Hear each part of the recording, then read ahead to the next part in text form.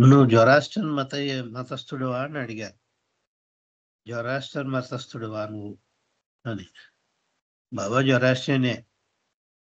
నన్ను కనుక మల్లికార్జున కనుకను నువ్వు హిందూ మతస్థుడు అంటే మనకి టక్కుని అవును నేను ఆమె హిందూ, నేను ఆమె ఇండియన్, ఆమె హిందూ, ఇంకా క్యాస్ట్ కూడా అక్కర్లేకపోయినా కూడా నేను బ్రాహ్మణ హిందువుని అని చెప్పేస్తాం. ఇక ఎందుకంటే చైతన్యపూర్వకంగా నేను ఆ స్థితి అనిపిస్తున్నాను కాబట్టి.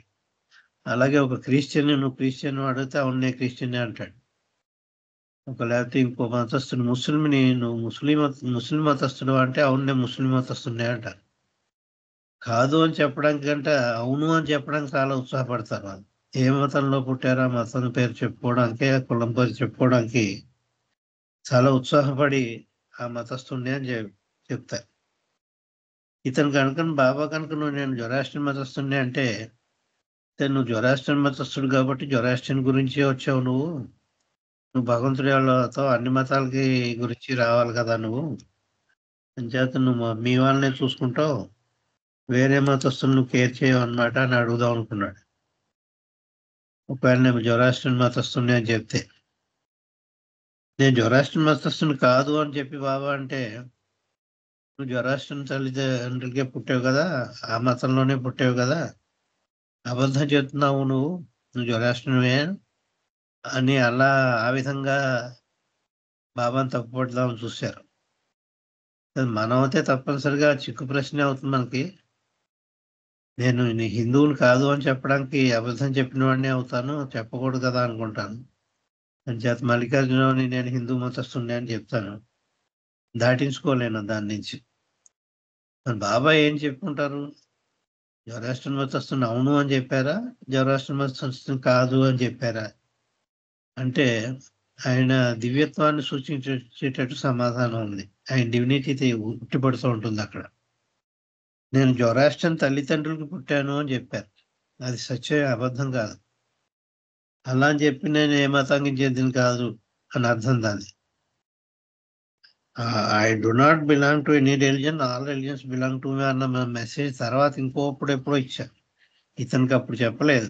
I do not belong to any religion, all religions belong to me అని ఇక్కడ ఈ ప్రశ్నకి సమాధానం కింద చెప్పకుండా తన నిజస్థితి అయిన జొరాస్ట్రియన్ తల్లిదండ్రులకు పుట్టాను అని చెప్పడంలో ఎంత చాకచక్యంగా చెప్పారంటే, అంటే నేను జొరాస్ట్రియన్ మతస్థుడిని అవును అని చెప్పలేదు, కాదు అని చెప్పలేదు.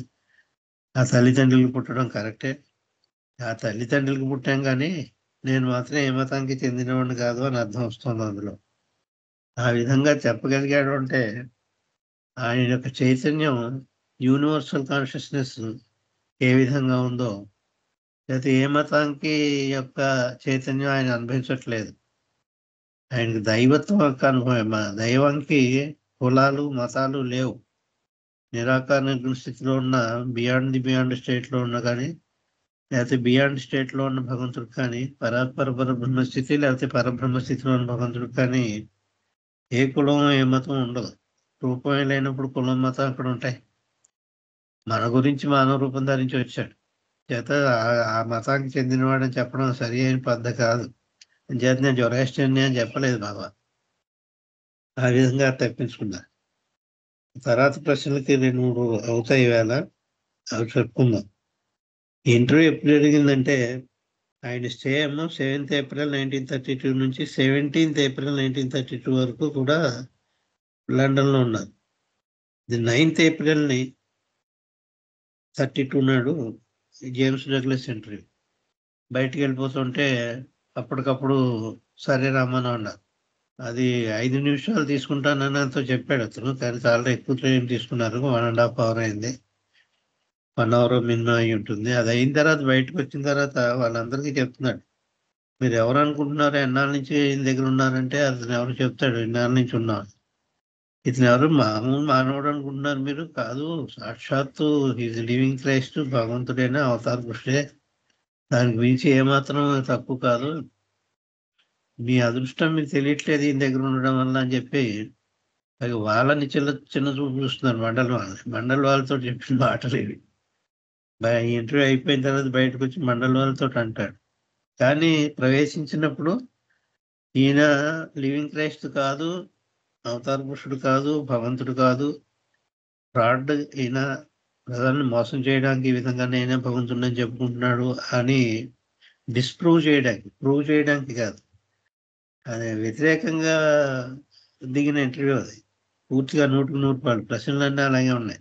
ట్రిక్లిష్గా ఏ ప్రశ్న ఇస్తే అదే అలా ఉంది. అంచేత అలాంటి వాడల్లా ఇంటర్వ్యూ అయిపోయాక బయటకు వచ్చిన కళ్ళమ్మని నీళ్ళు తెచ్చుకుని ఏడ్చుకుంటూ ఆఖరికి నా ఉనికే కారణం అని చెప్తే తన యొక్క ఎంత అదృష్టవంతుడు, ఇంతసేపు బాబా తనకి ఇంటర్వ్యూ ఇచ్చాడని చెప్పి ఆ డివినిటీ లోపలికి ఎంటర్ అయింది ఆయనకి. బాబా యొక్క దివ్యత్వం ఏదైతే ఉందో అతని ఆత్మలోకి చొచ్చుకుపోయింది. చేత ఇంక మాట్లాడలేక కళ్ళమ్మటి నీళ్ళు తెచ్చుకుని బయటకు వచ్చి ఆ విధంగా చెప్పాడు. ఇక్కడ అడుగుతున్నారు ప్రశ్న, అంటే ఇక్కడ చాలా ప్రశ్నలు అయిపోయాయండి. మధ్యలో ఏదో సెలెక్ట్ చేసుకుని నేను చెప్తున్నాను. ఇది ఎన్నో ఇష్యూస్లో బెల్లూరు బాబా ఇంటర్నేషనల్లో ఆల్రెడీ సెలెక్టెడ్గా చేసి ప్రింట్ చేసింది. అది వెరీ వెల్ అన్నాడు. ఎవరు జేమ్స్ డగ్లస్ అన్నాడు. బాగానే ఉంది నువ్వు చెప్పింది అని చెప్పి ఏదో ప్రశ్న అడిగాడు. దానికి బాబా సమాధానం చెప్పాడు. దానికి బాగానే ఉంది, ఆ విషయం బాగానే ఉంది. డూ యు నో గాంధీ అంటున్నాడు. గాంధీ గారు నీకు తెలుసా? గాంధీ గారు నీకు తెలుసా అని ప్రశ్న ఎలాంటిదంటే, బాబా యొక్క దివ్యత్వాన్ని ఎంత చిన్నపుచ్చాడంటే అంత చిన్నపుచ్చాడు. మామూలుగా దివ్యత్వం అక్కర్లేకపోయినా కూడా అప్పటి టైంలో గాంధీ గారు తెలియని వాళ్ళు ఉంటారు ఇండియాలో. అంత ఫేమస్ గాంధీ గారు. ఈయన గాంధీ ఒకే ఓడలో దిగారు, రాజ్పుట్రాను ఓడలో. ఆ విషయాలు కూడా మనకు తెలుసు. 1931లో అది 24th సెప్టెంబర్ 1931 బయలుదేరాడు బాబా. 3rd అక్టోబర్ 31 వరకు కూడా లండన్లో ఉన్నారు బాబా. 24th సెప్టెంబర్ నుంచి 3rd అక్టోబర్ వరకు కూడా లండన్లో ఉన్నారు. అంటే దిగడం లండన్లో 24th సెప్టెంబర్ దిగారు. కానీ ఓడలోనే 9th సెప్టెంబర్ 1931 నాడు అన్ని 9 వస్తాయి ఇక్కడ. 9 PM బాబా క్యాబిన్కి వెళ్ళారు బాబా. ఇతను ఎవరు? గాంధీ గారు. బాబా క్యాబిన్కి గాంధీ వెళ్ళారు. ముందర డెక్క మీద కలుసుకున్నారు వీళ్ళిద్దరూను. వీళ్ళిద్దరికి ఫోటోలు తీయడం మొదలు పెట్టారు. ఈ జర్నలిస్టులు అంతా పోగొట్టుపోతున్నారు. వాళ్ళు అన్నారు, జర్నలిస్ట్ మనందరికి ఫోటోలు తీస్తున్నారు, ఇంటర్వ్యూలు అడుగుతారు నిన్ను నన్ను కూడా. ఇప్పుడు చేత ఇక్కడ ఈ డెక్క మీద నిలబడడం మంచిది కాదు, విడిగా కలుసుకుందాం అని చెప్పి మాట్లాడుకున్నారు ఇద్దరు. అలాగే అని ఇద్దరు విడిపోయారు. జర్నలిస్ట్ నుంచి తప్పించుకోవడానికి రహస్యంగా ఇద్దరు ఒక చోట కలుసుకోవడానికి. అప్పుడు గాంధీ గారే బాబా ఉన్న క్యాబిన్లోకి రాత్రి 9 గంటలకు వెళ్ళారు. అది కూడా ఆ రోజు కూడా 9th సెప్టెంబరే. తారీఖు 9, నెల 9, సమయం 9 గంటలు, 9 గంటలే. గాంధీ గారు కూడా తనంతా తను వెళ్ళుండేవాడు కాదు. గాంధీ గారికిను బాబాకి కామన్. అతను ఒక శిష్యుడు ఉన్నాడు. గాంధీ గారికి శిష్యుడే అతను, బాబాకి శిష్యుడే. అతను టెలిగ్రామ్ ఇచ్చారు గాంధీ గారు. అదే ఓడలో మెహర్ బాబా ప్రయాణం చేస్తున్నారు, నువ్వు తప్పనిసరిగా ఆయన్ని కలుసుకోవాలి. ఆయన పేరు సరిగ్గా కరెక్ట్గా గుర్తులేదు నాకు. ఆయన ప్రోద్బలం వల్ల గాంధీ గారు బాబా దగ్గరికి వచ్చారు. గాంధీ గారికి ఆఖరి వరకు కూడా బాబా మీద అంత ఇది లేదు. తృణీకరించాడు ఎన్నో ఆర్డర్స్ తృణీకరించాడు. అదే వేరే చాప్టర్. చేత నీకు గాంధీ గారు తెలుసా అని అడిగాడు. అంటే భగవంతుడు అనే ఉద్దేశంలో అడగలేదు. ఆయనే భగవంతుడు అయితే తెలియని వాళ్ళు ఎవరు ఉంటారు, మొత్తం సృష్టిలో అందరికీ తెలుస్తారే. ఆయన సౌమ్యంగా బాబా ఏం చెప్పారు, yes we met on board Rajputana. On board అంటే ఓడలో అని అర్థం. ఆన్ బోర్డ్ అనే పదానికి అర్థం ఏంటంటే ఓడలో కలుసుకున్నామని. చేత we met on board in the ship. ఆ షిప్ పేరు రాజ్పుటానా. రాజ్పుటానా అనే ఓడలో మేము ఇద్దరు కలుసుకున్నాం అని సమాధానం చెప్పారు బాబా. దానికి మళ్ళీ ఇంకో question, are you interested in politics? Gandhi గారికి పాలిటిక్స్లో ఇన్నుడు ఉన్నాడు, స్వతంత్రం కోసం పోరాడుతున్నారు. నువ్వు గాంధీ గారు తెలుసు అంటున్నావు, నీకు అని పాలిటిక్స్ అంటే ఇంట్రెస్ట్ ఏంటి నీకన్నా, నువ్వు ఇప్పుడు పాలిటిక్స్లో తిరుగుతున్నావు అనమాట అనే అర్థంలో అక్కడ కూడా పట్టేసుకుందామని ప్రయత్నించాడు జేమ్స్ డగ్లస్. అంటే నీకు పాలిటిక్స్ అంటే పరిచయం ఉందని. దానికి బాబా ఈ విధంగా సమాధానం చెప్పారు, I do not concern my self with any ethics, science and so. So also with politics. వీటితో నాకేం సంబంధం లేదు, వీటన్నిటికీ అతీతాన్ని. ఎథిక్స్ అంటే మోరల్స్ అన్నమాట. నిజం చెప్పడం ఇవన్నీ మనకి రాముడు మంచివాడు అన్నట్టు ఆ మోరల్స్ కంటే అతీతులు వాళ్ళకి. ఏకత్వం కానీ ద్వైతం ఉండదు. ఈ ద్వైతంలో అనేది మంచి చెడు, అబద్ధం చెప్పడం నిజం చెప్పడం ఇవన్నీ ఉంటాయి. అంచేత ఐఎమ్ నాట్ కన్సర్న్ అంటున్నారు Baba. I do not concern myself. తను నాకు నేనుగా నేను వీటికి సంబంధించిన వాడిని కాదు. వేటికి విత్ ఎనీ ఎథిక్స్. ఎథిక్స్ అంటే మోరల్ వాల్యూస్ అని, ఆర్ సైన్స్. ఈ సైన్స్ కూడా నాకు సంబంధం లేదు. సైన్స్ సృష్టించింది ఆయన అయితే సైన్స్ కంటే అతీతుడు, అన్నింటికీ అతీతుడే ఆయన. అంచేది ఈ ఎథిక్స్ అంటే ఈ మోరల్స్ కానీ సైన్స్ కానీ ఆ విధంగానే పాలిటిక్స్ తోటి కూడా నాకు అంత పట్టించుకోండి నేను వీటిని. And so also not with politics either. Because దాని కారణం చెప్తున్నారు. ఇది self knowledge, everything is included. తానెవరో తాను తెలుసుకున్నప్పుడు, తన్ని తాను తెలుసుకున్నవాడు బ్రహ్మంతవాడు అని చెప్పి మా అమ్మ చెప్తూ ఉండింది నాకు అప్పుడు అర్థమయ్యేది కాదు. తను తాను తెలుసుకున్నవాడు బ్రహ్మంతవాడు అని చెప్తుంది ఏమిటో అనుకునేవాడు. నా చిన్నప్పుడు 12 ఏళ్ళ వయసులోనే ఎక్కువగా మా అమ్మగా చెప్పి చాలా గుర్తుండిపోతాయి నాకు. చేత తన తప్పు తాను తెలుసుకున్నవాడు బ్రహ్మంతవాడు అని చెప్తూ ఉండేది. చేత తానెవరో తను నిజస్థితి తెలుసుకున్నవాడికి అందులోనే ఇవన్నీ ఆ నాలెడ్జ్లోని అన్ని నాలెడ్జ్లో వచ్చేస్తాయి. మొత్తం క్రియేషన్ యొక్క యూనివర్స్ యొక్క నాలెడ్జ్ అంతా అందులో ఇంక్లూడ్ అయిపోతుంది. విడిగా వాడి గురించి తెలుసుకోక్కర్లేదు. సర్వజ్ఞత, యూనివర్సల్ మైండ్ అన్నారు. అందుకే యూనివర్సల్ మైండ్కి ఇప్పుడు ఇంకా రాబోయి ఆర్టిఫిషియల్ ఇంటెలిజెన్స్ అని ఒకటి మొదలుపెట్టారు ఈ మనిషి. ఆర్టిఫిషియల్ ఇంటెలిజెన్స్ బాబాకు తెలుసా అంటే ఏం చెప్పాలి? అన్నీ సర్వము ఇది కాదు, ఇది బాబాకి తెలియదు అంటే మనకి తెలియదు అని చెప్పుకోవాలి. బాబాకి తెలుసా అని అడగడం ఒక మూర్ఖత్వమైన ప్రశ్న.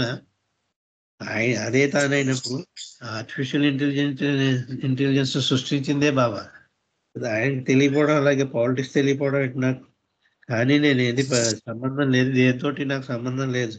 నాకు ఇది తెలియడానికి వస్తే నాది సెల్ఫ్ నాలెడ్జ్. సెల్ఫ్ అంటే ఎస్ క్యాపిటల్ లెటర్ పెట్టారు. అంటే నాలెడ్జ్ ఆఫ్ గాడ్ అంటే డివైన్ నాలెడ్జ్ అని అర్థం ఇక్కడ. సెల్ఫ్ నాలెడ్జ్ అంటే డివైన్ నాలెడ్జ్, అంటే దివ్య జ్ఞానం అన్నమాట.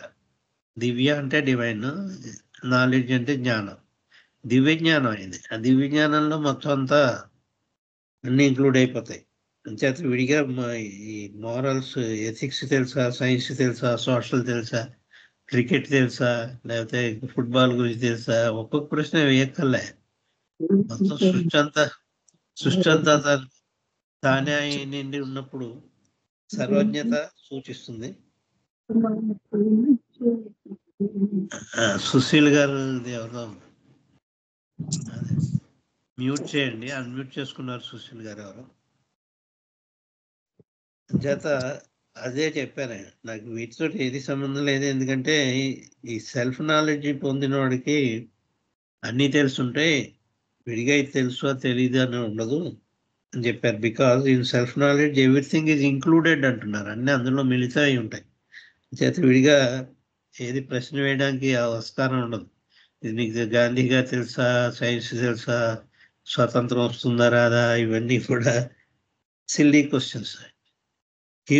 He who has gained self knowledge, ఎవరైతే నేనే భగవంతుణ్ణి అని అహం బ్రహ్మస్మి స్థితిలో ఉన్న జ్ఞానాన్ని సంపాదించారో వాళ్ళు హ్యాస్ గెయిన్డ్ ఎవ్రీథింగ్, వాళ్ళన్నీ పొందినట్టే. నేనే భగవంతుణ్ణి అనే జ్ఞానాన్ని, అహం బ్రహ్మస్మి అనే స్థితిలో ఆ జ్ఞానాన్ని సముపార్జించిన వాళ్ళకి అన్నీ తెలుసున్నట్టు, ఎవ్రీథింగ్. ఇంకా అందులో ఎక్సెప్ట్ అనేవి లేదు. అన్ని ఆల్ ఇంక్లూడింగే తప్ప నథింగ్ ఈజ్ ఎక్స్క్లూడింగ్ అని చెప్పి ఇంత బాగా గాంధీ గారు తెలుసా, పాలిటిక్స్తో సంబంధం ఉందా అన్న సంబంధానికి ఆయన సంబంధం లేకుండా అసలు అదేం లేదు, ఆ పాలిటిక్సే లేదు. చేత అంత వైడర్ ఆన్సర్, అంత లోతుగా ఉన్నది చిన్న చిన్న మాటల్లో ఎంత బాగా ఇచ్చారు. బహుశా అప్పటికి జేమ్స్ డగ్లస్కి సెల్ఫ్ నాలెడ్జ్ అంటే కూడా ఏమిటో తెలియదేమో అనుకుంటాను నేను. ఇది తెలుసుకోవాలి. భగవంతుని యొక్క స్థితికి చేరిన వాడికే ఉంటుంది ఆ self knowledge. He who has gained self knowledge has gained everything. ఇంకో ప్రశ్న అడిగాడు, what do you think of Gandhi? Gandhi గారి గురించి నీ అభిప్రాయం ఏంటని అడిగాడు. బాబా దాని సమాధానం కింద హీఈస్ ఏ గుడ్ సోల్, మంచి ఆత్మ అతను అని చెప్పారు. అంటే ప్రొఫౌండ్ స్టూడెంట్ ఆఫ్ గీత. గీతను బాగా చక్కగా చదువుకున్నవాడు, గీతా పరిజ్ఞానం ఉన్నవాడు అని చెప్పారు. అంటే ఇది పరిజ్ఞానం ఉండడం వేరు, గీతను అనుభవించడం వేరు అనుకోండి. చేత ప్రొఫౌండ్ స్టూడెంట్ అన్న. స్టూడెంట్ అంటే పరిజ్ఞానం. ఆ గీతగా బాగా పుట్టిట్ పట్టాడు అనమాట. గీతలో ఏం చెప్పమన్నా ఆయన చక్కగా చెప్పేయగలడు. గీత చెప్పడం వేరు, గీత అనుభవించడం వేరు. గీతను అనుభవిస్తే ఇంకా చాలా ఉన్నత స్థితి తొందరగానే బాబా చెప్పినవన్నీ విని ఆ 3 జన్మలు కూడా అక్కర్లేకుండా బాబాలో ఎక్కువైపోయి ఉండేవాడు. 40 రోజులు కంటిన్యూ చేయి ఫాస్టింగ్ అని చెప్పారు. 40 days నేను చెయ్యను అని చెప్పి మొండిగా చెప్పి తృణీకరించి చేయను చెప్పి చేయలే. అది టర్మ్స్ కుదిరిపోయి బ్రిటిష్ వాళ్ళకి తను అనుకున్నది వాళ్ళు ఒప్పుకున్నారు. ఒప్పుకోవడం వల్ల 15 రోజులకు 18 రోజులు ఉపవాసం ఉన్న తర్వాత డిస్కంటిన్యూ చేశాడు. ఎన్నో కబుర్లు పంపించాడు. 40 days ఉండమని నేను చెప్తున్నాను కాబట్టి నా ఆజ్ఞ కింద పాలించంటే నీ ఆజ్ఞ లేదు ఏం లేదు నేను ఉండనని చెప్పి అక్కడ కాక చాలా చోట్ల తృణీకరించాడు బాబాని. అఫ్కోర్స్ అది వేరే అంశం. చేతి ఇక్కడ గాంధీ గారు తెలుసా అని అడిగిన తర్వాత ఈజ్ ఏ గుడ్ సోల్, మంచి ఆత్మ and a profound student of Gita. Bhagavad Gita గురించిన బాగా క్షుణ్ణంగా తెలుసున్నవాడు. అండ్ యాస్పిరెంట్ ఇక్కడ చెప్పారు భగవంతు అన్వేషి. యాస్పిరెంట్ అంటే భగవంతు అన్వేషి, భగవంతుడు కావాలని కోరుకునేవాడు. And aspirant of self knowledge, బ్రహ్మజ్ఞానం తెలుసుకోండి, తానెవరో తాను తెలుసుకుందామని ఒక సీకర్ ఆఫ్ ట్రూత్ అన్నాడు. భగవంతుని వెతుకుంటూ ఉన్న ఒక భగవదన్వేషి అని చెప్పారు అక్కడికి. అది అడ్వాన్స్డ్ సోల్ అని కానీ ఇంకోటి కానీ అవి ఏం చెప్పలేదు. ఈ మాటలు మాత్రం చెప్పారు. తర్వాత ఇది ఆర్గ్యూ డివైన్ బీయింగ్ అన్నారు.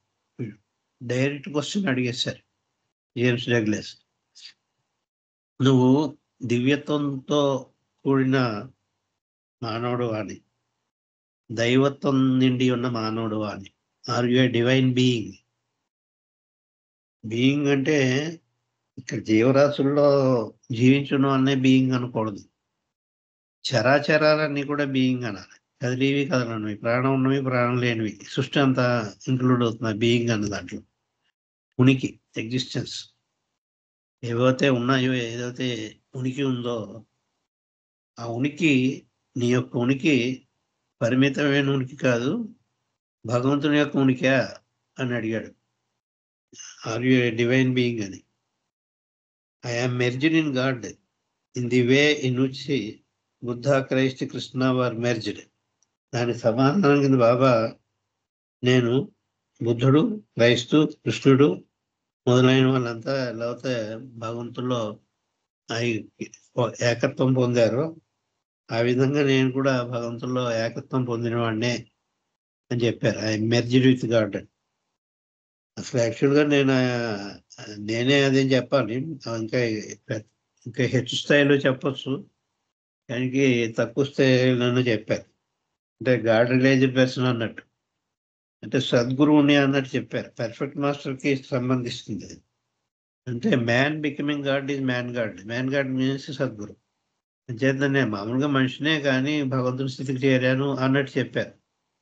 ఆయన అసలు మానవుడిగా స్థిర ఉనికి కాదు, భగవంతుడిగానే స్థిరమైన ఉనికి అయింది. అంచేత ఇవి అవతార పురుషుడు అయినా కాకపోయినా కూడా ఆయన అప్పటికీ కూడా భగవంతు స్థితిలోనే ఉంటాడు. లేదా మెర్జ్డ్ ఇన్ గాడ్ అన్న దాంట్లో మ్యాన్ బికమింగ్ గాడ్ అనే అర్థం ఇచ్చేటట్టు చెప్పారు. కొంచెం తనకి గట్టిగా చెప్పాలంటే తన యొక్క స్థితిని తక్కువ చేసుకునే చెప్పారు అని చెప్పచ్చు దీన్ని. లేదా మెర్జ్డ్ విత్ గాడ్ అంటే మ్యాన్ బికమింగ్ గాడ్, సద్గురువుని అని చెప్పారు. Merged in God in the వే, ఉదాహరణ చెప్పారు వాడికి అర్థం అవ్వాలని. బుద్ధుడు, క్రైస్తు, జీసస్ క్రైస్తు, బుద్ధుడు, కృష్ణుడు ఎలాగైతే భగవంతులు ఐక్యత చేయారో ఆ విధంగానే భగవంతులు ఐక్యత చెందిన వాడిని అని చెప్పి గాడ్ మ్యాన్ అని చెప్పకనే చెప్పారు. బుద్ధుడు God man. Jesus Christ God మ్యానే, కృష్ణుడు కూడా గాడ్ మ్యానే, వీళ్ళంతా అవతారులే. అంచేత ఆ 3 పేర్లు చెప్పడంతో వీడు తెలివైన వాడు అవుతే ఈయన సద్గురువు కాదు అవతార పురుషుడని తెలుసుకుని ఉండాలి. ఇంకా వచ్చేసిన వాడికి తెలుసో తెలీదో తెలుసు మనకి తెలీదు. మనం బాబా చెప్పారు కాబట్టి అవి చదువుకున్నాం కాబట్టి we know the difference between man becoming God and God becoming man. God becoming man అవతారుడు, మ్యాన్ బికమింగ్ గాడ్ సద్గురు. ఆ వ్యత్యాసం బాబా చెప్పింది కాబట్టి మనం చదువుకుని అర్థం చేసుకుని తెలుసుకున్నాం. జత ఈ విధంగా చెప్పారు బాబా, తన అవతార పురుషుడు నేను చెప్పకనే చెప్పారు. ఇన్ ది సేమ్ వే, అదేవిధంగా ఐ లివ్ ఇన్ గాడ్, నేను భగవంతుడిగానే జీవిస్తున్నాను. తాను జీవించేదే భగవంతుడుగా. అంచేత I live in God as they knew God, so have I know him. భగవంతుల్లో ఎక్కువైపోయి భగవంతుల్లో జీవించిన వాళ్ళకి ఎలా అయితే భగవంతుని యొక్క జ్ఞానం ఉంటుందో ఆ విధంగానే నాకు కూడా భగవజ్ఞానం నాకుంది. భగవంతుని యొక్క జ్ఞానం అంటే దాని ఇంటలెక్చువల్ నాలెడ్జ్ అనుకోకండి, బ్రహ్మజ్ఞానం అని చెప్పాలి. బ్రహ్మజ్ఞానం అనందరికీ ఎలా ఉందో నాకు కూడా బ్రహ్మజ్ఞానం ఉంది అని చెప్తున్నారు. As they knew God, so have I known him. You yourself and others can know god. ఈ విధంగా నేను ఎలా అయితే భగవంతుని యొక్క అనుభవాన్ని అనిపిస్తానో అలా నువ్వు కానీ మిగిలిన వాళ్ళు ఎవరు కానీ మీరు అందరూ కూడా ఈ స్థితికి చేరుకోగలరు అని చెప్తున్నారు. జేమ్స్ డగ్లస్కి అది చెప్పారు, నా స్థితి నువ్వు చేరుకోగలవని. నువ్వే కాకుండా మిగిలిన ప్రజానీకం ఎవరైనా కూడా భగవంతుని ఐక్యం అవ్వాల్సిందే, వాళ్ళు అవుతారు. అయితే you yourself and others అంటున్నారు, మిగిలిన వాళ్ళు కూడా you yourself and others can know God. భగవంతుని తెలుసుకోగలరు. ఏ విధంగా ఇన్ ది సేమ్ వే నేనైనట్టు, నేను ఎలా తెలుసుకున్నాను లాగా. And become one with God, భగవంతుల్లో ఏకత్వం సాధించగలరు. To become one with God అంటే టు బికమ్ గాడ్ హిమ్సెల్ఫ్, భగవంతుడే అయిపోగలరు అని చెప్పి అతనికి ఈ విధంగా సమాధానం చెప్పారు. అప్పుడు డగ్లెస్ అడుగుతున్నాడు, డగ్లెస్ అగైన్ వైప్డ్ హిస్ ఫేస్, మళ్ళీ నుదురోసారి ఎవరుమాలతో నుదురోసారి తుడుచుకున్నాడు. చెమటలు పట్టేస్తున్నాయి మాటిమాటికి అతనికి. చలికాలం, చెమట పడ్డానికి ఆస్కారం లేదు. లోపలికి వెళ్ళినప్పటి నుంచి తిరిగి వచ్చే వరకు కూడా ఒంటి నిండా చెమటలే మనిషికి. అతనే చెప్పాడు, ఆ సమ్మర్ కాదు అది, వింటర్ అది. అంత వింటర్లో కూడా నాకు చెమటలు పట్టేస్తుంది. ఈయన ఇచ్చిన సమాధానం కళ్ళు తిరిగి ఒళ్ళు చెమటలు పట్టేస్తాయి. ఆ చెమటలో సార్ మళ్ళీ ఎన్నోసార్లు ఆ సమాధానాలకు చెమటలు పట్టడం, ఇతర చెమటలు రుద్దుకోవడం జరిగింది. ఇక్కడ కూడా మళ్ళీ చెమటలు పట్టే ఆ చెమటలు రుద్దుకున్నాడు. Douglas again wiped his face. His questions were being answered so quickly and the answers were so concise. అతను టక సమాధానం చెప్పేస్తున్నాడు, తనుకోవట్లేదు. ఏ ప్రశ్న అడిగినా కూడా బాబా వెంటనే టకటక సమాధానాలు చెప్తున్నారు. ఆ జ్ఞానం అనుభవంతో చెప్పింది కాబట్టి సమాధానాలు వెతుక్కోక్కర్లేదు. చేత అన్ని టకటక చెప్తున్నాడు, so quickly and the answers were so concise.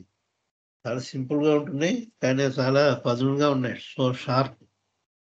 అది ఇచ్చిన సమాధానాలు చాలా చిన్నవిగాను మృదువుగాను తక్కువ మాటల్లోనూ చెప్తున్నాడు, కానీ అది పూర్తిగా ఎంతో లోతైన అర్థాలు అన్ని కలిగి ఉన్నాయి. So sharp witted. He was stunned. ఎన్నోసార్లు స్టన్ అయ్యారు తన ప్రశ్నలు బాబా ఇచ్చిన సమాధానాలకి. ఇంకొకసారితో స్టన్ అయిపోయాడు. After a while Douglas continued. కొంతసేపు అయిన తర్వాత, ఆఫ్టర్ ఏ వైల్ ఎందుకండి, వెంటనే ప్రశ్న అడగలేకపోయాడు. అతను అంత చెమటలు పట్టి స్తబ్దుడైపోయాడు అనమాట. ప్రశ్నలు వేయడానికే భయపడుతున్నాడు. అంత ఆ పరిస్థితికి వచ్చేసింది జేమ్స్ డగ్లస్. ఒక్కొక్క ప్రశ్న అడగడానికే భయపడుతున్నాడు. ఆ సమాధానం రావడంతో చెమటలు పడుతున్నాయి. కొంతసేపు తేరుకున్నాడు. ఈ సమాధానం ఏమిటి ఇలా వస్తుంది, ఏమిటి మనకి ఏం అర్థం అవ్వట్లేదు ఏమిటని.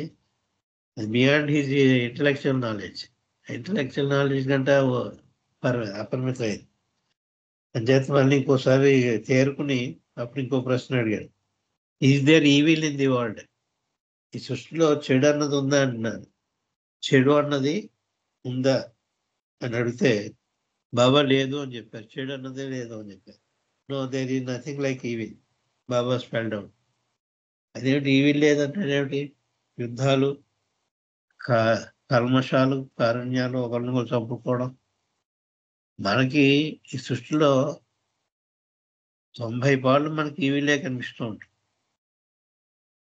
బాబాకి ఈ సృష్టి అంతా కూడా 99 పాళ్ళు బ్లిస్సే కనిపిస్తుంది. ఒక్క పాలు కూడా లేదని చెప్పాలి, 100కి 100 పాళ్ళు అని చెప్పొచ్చు. కానీ అది పరిస్థితి.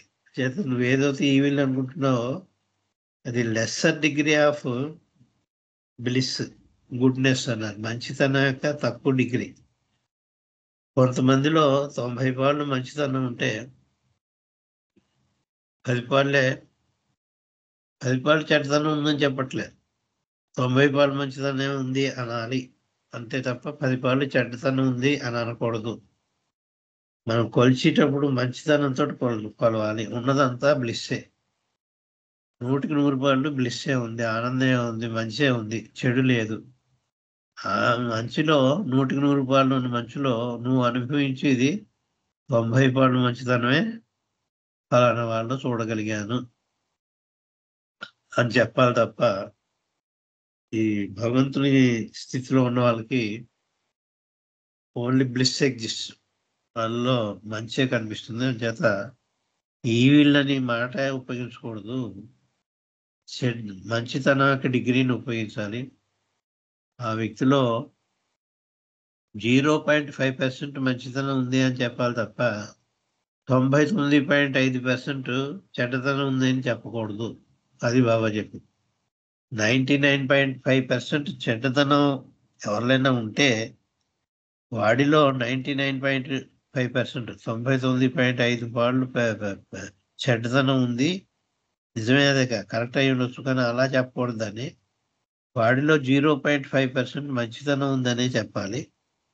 చేత ఉన్నదంతా మంచితనమే, నువ్వు దాన్ని స్వీకరించలేకపోతున్నావు కాబట్టి ఎంత మంచితనాన్ని నువ్వు స్వీకరించగలిగావో ఆ టర్మ్స్లో చెప్పాలి తప్ప ఈ చెడ్డతనంలో చెప్పకూడదు. అని చేత ఉన్నదంతా కూడా బ్లిస్సే ఉంది, భగవంతుడే ఉన్నాడు, ఉన్నదంతా బ్లిస్ స్టేటే, ఉన్నదంతా భగవంతుడే. అంచేత ఆ టర్మ్స్లో చెప్పాల్సి వస్తే భగవంతుని స్థితి లేనిది లేదు. ఎంత చండాలుడైనా కూడా వాళ్ళలో కూడా భగవంతుడు ఉన్నాడు. చేత వాడికి భగవతత్వం ఎంత ఉంటే అంత చెప్పు, 0.5% భగవతత్వం ఉందని చెప్పు. అంచేత ఈవిల్ లేదని అని చెప్పుకోవాలి మనం అని చెప్పి ఎక్స్ప్లెయిన్ చేసి, అసలు ఈ సృష్టిలో ఈవిల్ అన్నదే లేదు అన్నాడు. ఎందుకంటే తనే సృష్టించింది. లేకపోతే ఏంటంటే టైగర్ ఈవిలే కదా, దాన్ని ఎందుకు సృష్టించావు అని అడుగుతున్నాడు. నెక్స్ట్ క్వశ్చన్, నువ్వే కదా సృష్టించావు, క్రూర జంతువులన్నింటినీ నువ్వే సృష్టించావు, వాటిలో మంచితనం ఎక్కడుంది, అన్నింటినీ చంపేస్తే క్రూరంగా జీవిస్తాయి, మరి అదంతా ఈవిలే కదా, ఈవిల్ని నువ్వెందుకు సృష్టించావు అని అడుగుతారు. ఆ సృష్టిలో తానే సృష్టించిన దాంట్లో ఈవిల్ అని ఎలా చెప్పగలడు? తను కావాలనే సృష్టించాడు క్రూర జంతువులు కూడా. ఎందుకు సృష్టించాడంటే మనకు అధికారం లేదు అడగడానికి. చేత ద్వైతం కాబట్టి ఈ ద్వైతంలో అవి కూడా ఉంటాయి, కానీ దాన్ని అలా చెప్పుకోకూడదు. అది భగవంతుడు సృష్టించిన సృష్టి కాబట్టి భగవద్ కలిగి ఉంది అని చెప్పుకోవాలి. పులి కానీ క్రూర జంతువులు ఏదైనా కూడా భగవంతుని యొక్క అంశే, భగవంతుడు సృష్టించిన సృష్టిలో భాగమే అని చెప్పుకోవాలి. ఎప్పుడైతే భగవంతుడికి ఆపాదించావో అది చెడు అని చెప్పడానికి వీలేదు, మంచి అనే చెప్పాలి. అంచేత ఈవి లేదు అన్నది దానికి ఎంతో వివరణ ఉంటుంది. ఆ వివరణలో కొంత మీకు ఇవ్వడం జరిగింది. ఈరోజు టైం అయింది కాబట్టి నేను ఇంటర్వ్యూ కూడా తర్వాత కూడా ఆపిస్తున్నాను. ఇది కావాలని నేను ఎంచుకుని చెప్పాను ఈరోజు. వీలుంటే ఇంకోసారి ఇది కంటిన్యూ చేస్తాను. అవతార్ మెహర్ బాబాకి.